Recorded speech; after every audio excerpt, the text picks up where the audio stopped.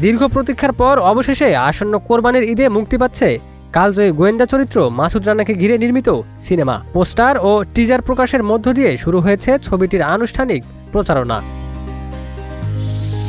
এ উপলক্ষে রাজধানীর চ্যানেল আইয়ের ছাদবাগানে আয়োজিত এক সংবাদ সম্মেলনে উপস্থিত ছিলেন শায়েক সিরাজ, আব্দুল আজিজ, পরিচালক সৈকত নাসির সহ ছবির অভিনয়শিল্পী ও কলাকুশলীরা। সিনেমার প্রধান চরিত্রে অভিনয় করা রাসেল রানা বলেন, 2019 সালে চ্যানেল আইয়ের রিয়েলিটি শো কে হবে মাসুদ রানার মাধ্যমে তার এই যাত্রা শুরু হয়।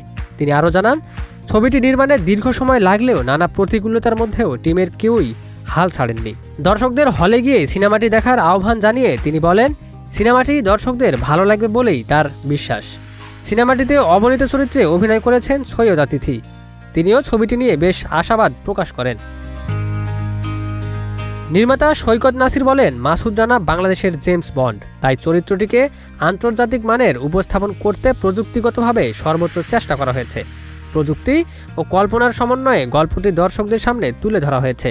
সিনেমাটিতে আরও অভিনয় করেছেন চিত্রনায়িকা পূজা চেরি। ইমপ্রেস টেলিফিল্ম ও জাজ মাল্টিমিডিয়ার যৌথ প্রযোজনায় নির্মিত ছবিটি ঈদে দেশের প্রেক্ষাগৃহে মুক্তি পাবে।